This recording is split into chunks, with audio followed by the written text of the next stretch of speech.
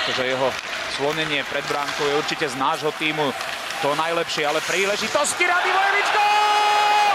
Kopeckého Peč, vedieme 1-0 nad Kanadou po 6 minútach hry. Skvelý štvrťfinálový začiatok.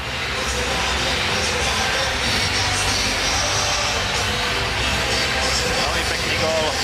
Znova je to o tom, že Branko nevymýšľal, rozhodol sa strieľať do toho trafiku pred bránkou, kde prišiel Tomáš Kopecký a myslím, že od neho sa to odrazilo do bránky, do kanadskej bránky. A je veľmi dobré, že sme využili trošku vlažnejšiu hru Kanady a dostávame sa v tomto zápase do vedenia. Teraz môžeme vidieť, že Tomáš Kopecký Márne hľadal Perryho, ktorého vymenil Eberli. Tu je Hudáček, ešte prihráva spätne. Tu je Miroš a tam príležitosti. Gól! Gól!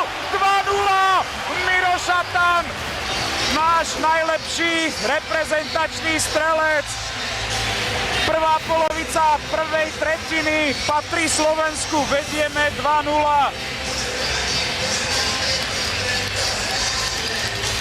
To je štart, s akým sme nerátali, aký sme si nepredstavovali ani v tom najkrajšom sne. Šikovnosť Libora Hudáčka, surový, bol síce zblokovaný, ale Miroš Atan konečne prekonal súperovho golmana na týchto majstrovstvách. Ten predchádzajúci gól do prázdnej bránky. Teraz chladnokrvne s inštinktom tichého zabijaka. Nastrelil ho Kaneovi, pri ňom je Sekera. Ale aj šikovný Getzlaff, ten uchmatol puk, tlačí sa pred bránku a je znížené.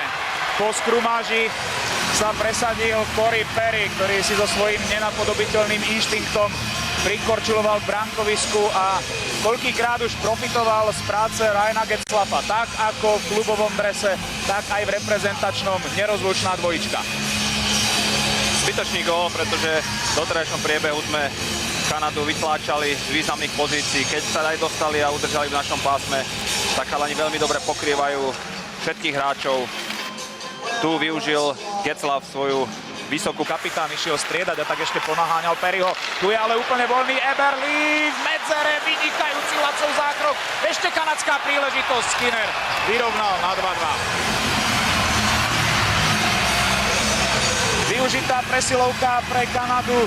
Moment nášho striedania, na ktorý si počkal Jordan Eberli v tej veľkej medzere, ktorá vznikla medzi našimi brániacimi hráčmi. A to bol vlastne kľúč k úspechu. Aj keď potom Jano Laco dokázal odolať jeho nájazdu, tak Skinner už sa nemýlil. Tá medzera vznikla tým, že Zdeno Chára naháňal Coreyho Perryho následnejšie striedať, chýbal vzadu. Eberli sa dostal do samostatného nájazdu, Jano Laco veľmi dobre kryl, ale vracajúc, od ktorého odletel vydarený ledová strela. Ešte dorážka a Kanada vedie 3-2. Alexander Burrows. Už ten tlak bol naozaj drvivý.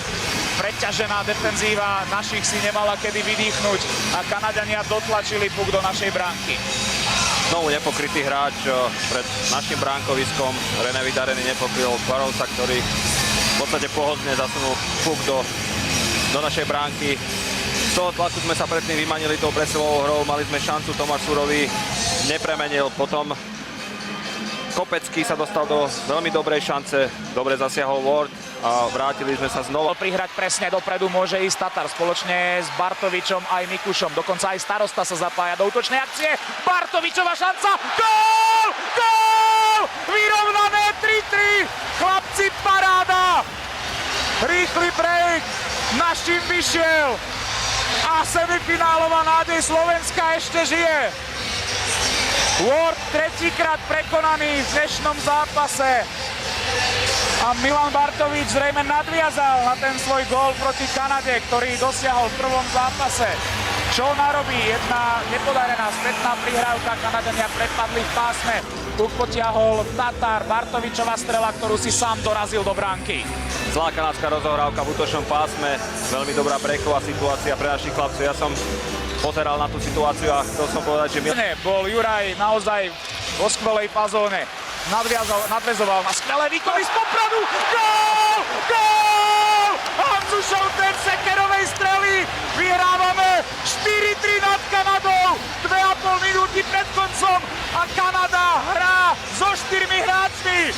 Úžasné chvíle pre slovenský hokej.